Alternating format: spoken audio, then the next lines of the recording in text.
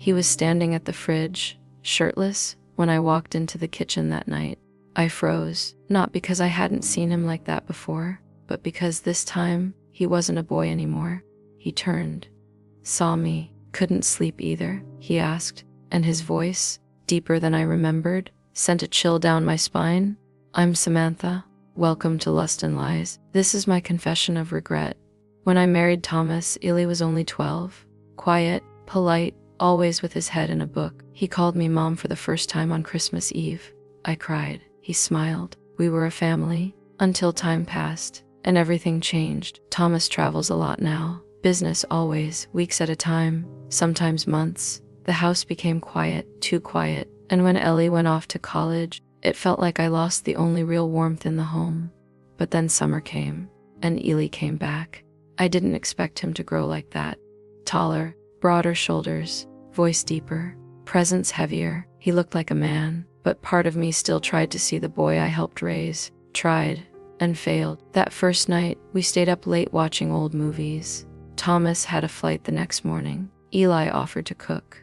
We laughed. He made fun of my taste in horror films. It was normal, almost, until his hand lingered a second too long on my wrist when he passed me the popcorn, until our knees brushed, and I didn't move mine, until he looked at me, really looked, and I looked back. The next few days felt like some kind of dream, or maybe a warning I didn't want to hear. We had breakfast together, went grocery shopping, watched shows until past midnight. He made me laugh more than Thomas had in months.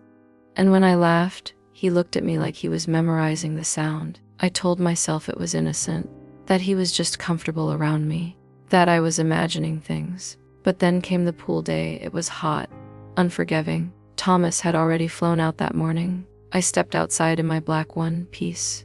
Nothing fancy, nothing provocative. But when Eli looked up from his lounge chair, his sunglasses slid down just enough to show me his eyes. And they didn't look away.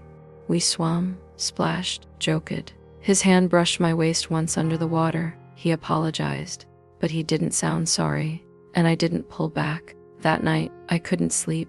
I kept replaying the moment, the water, his hands, his eyes. I told myself it was wrong. It was wrong. But then I remembered the way Thomas hadn't touched me in weeks. How he barely looked up from his laptop anymore. How alone I'd felt in my own marriage. And the memory of Eli's gaze started to feel less like guilt and more like oxygen. The next evening, Eli knocked on my bedroom door, held up 2 mugs. Chamomile, he asked. I nodded, stepped aside, let him in. He sat at the edge of my bed, not too close, not far. And in the quiet of that room, with the curtains drawn and the tea cooling between us, I started to feel something dangerous, safe. We sat in silence, sipping tea. Eli's eyes weren't on the cup, they were on me. My bare legs under the robe, the freckle on my collarbone, the way I tucked a strand of hair behind my ear, and I let him look, because being seen felt better than being ignored. He shifted closer. Not much, but enough. Do you miss him when he's gone? He asked quietly. The question pierced something soft inside me. I miss who he used to be, I whispered. Eli nodded, then reached for my hand. I didn't stop him, didn't flinch, didn't breathe. His thumb traced slow circles on my skin, and for a second, the world blurred. There was only the heat between our palms, the ache between my ribs, the pounding behind my ears. He doesn't deserve you, he said. I looked up. His eyes were so full of wanting it made my throat tighten. You don't mean that? I whispered. I do, he said. Then he leaned in, our lips met in silence. No music, no words. Soft at first, unsure, then deeper, hungrier. My hands found his chest, his fingers tangled in my hair. The kiss became something else, something we couldn't undo. When we finally pulled away, neither of us spoke. His chest rose and fell. Mine shook. He stood.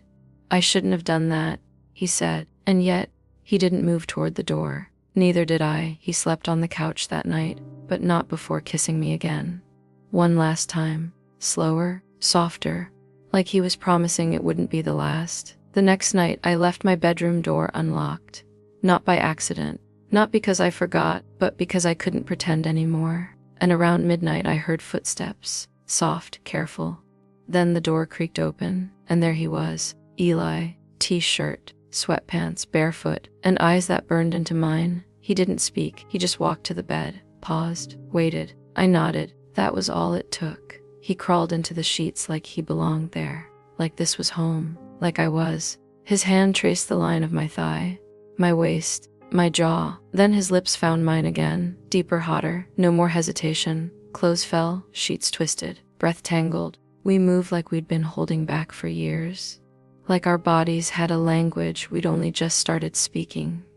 He whispered my name like a prayer, and I whispered his like a sin. It wasn't soft, it wasn't romantic, it was desperate, hungry, silent, and screaming at the same time. And when it was over, he pulled me into him, held me like something sacred. But I didn't sleep. I stared at the ceiling fan spinning, at the guilt pressing into my chest like a stone. Eli was already breathing deep, peaceful. But I wasn't, because I knew nothing could be the same after this. Thomas came home the next evening, suit wrinkled, eyes tired, a bouquet of flowers in hand. "For my patient wife," he said, smiling. And I smiled back, like nothing had happened, like I hadn't let his son make me feel alive in ways he hadn't in years, like I wasn't a traitor in my own skin. Eli stayed in his room that night, didn't come down for dinner, didn't say a word, and I didn't go up, because what would I say? That I missed the silence between us more than the noise of this marriage, that I didn't know how to want my husband after tasting something I was never supposed to crave. The next morning, he left. No goodbye, no note, just gone. Thomas assumed he went back to campus early, and I let him believe that, because the truth was a fire that could burn down more than just this house. I still see Eli in dreams, hear his breath in quiet rooms, feel his hands when I close my eyes too long. I wish I could forget, but part of me doesn't want to, because in those nights, in those moments, I wasn't invisible. I'm Samantha, and this was the secret I'll never say out loud. Not to him, not to anyone. This was my true infidelity story.